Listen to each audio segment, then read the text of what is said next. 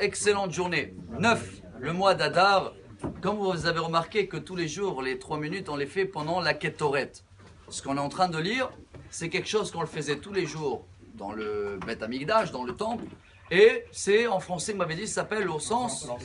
C'est voilà, un mélange d'épices qui donnait une odeur agréable. Et il se faisait sur un petit autel qui s'appelait Mizbeach Hazav, tout en or.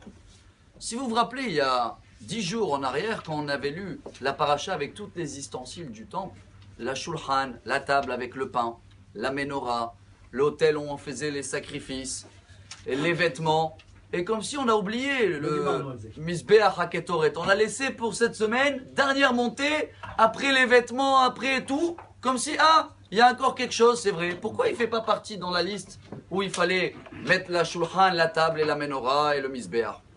Il y a beaucoup de réponses, c'est vrai. Il y en a qui disent qu'il faut commencer par les sacrifices. L'arche, ça représente l'étude de la Torah, Aaron Abrit. La menorah représente quoi? La foi, il faut se renforcer dans la foi. Shulchan, la table avec le pain, représente notre parnassa, il faut faire des efforts, qu'elle va être propre. Et le pain représente la façon de manger aussi. Ça doit être bien, avec des prières avant et après. Et quand tu fais tout ça, à la fin, tu vas arriver à une bonne odeur. Tu vas kiffer ton service vis-à-vis de Dieu. Mais le Zohar HaKadosh, Rabbi Shimon Bar Yochai, dans Parashat Vayakel, il nous apprend. On est un peuple qui adore les ségoulottes. Il marque en araméen, si on savait que chaque mot de la Ketoret, c'est comme une couronne qu'elle fait, 11 ségoulottes, c'est amené dans un livre, Ségoulat Israël. La richesse, et la bonne santé, et pour le mariage. Alors, chacun, il aurait lu mot à mot, comme si chaque mot, c'est une couronne devant Dieu.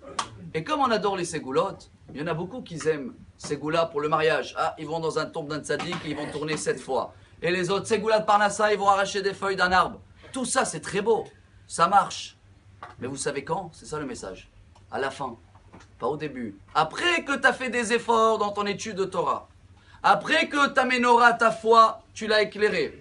Après que ta parnassa, tu l'as travaillé comme il faut, et la façon de manger avec les bénédictions, là, ça arrive la Kabbalah, et les sgoulottes, et les brachot. Là, ça marche et ça donne une bonne odeur. Mais quelqu'un qui va commencer directement par la fin, il veut une ségoula, mais il ne veut pas améliorer son caractère, sa foi, sa façon de s'habiller. Alors, il peut tourner des fois 14 fois, au plus, et il attend toujours. Un grand message. Si on veut que les ségoulottes, ils marchent, ça marche. Mais ça arrive exprès à la fin, après les efforts qu'on doit faire nous personnellement. Et c'est comme ça, Bezrat Hashem, qu'on s'appelle Am Ségoula. Alors si on veut que ça marche, on fait comme la Torah nous apprend. Et comme ça, Bezrat Hashem, un bon mariage à tout le monde, bonne parnassa. Et bonne journée. Amar Rabbi Elazar, Amar Rabbi Hanina.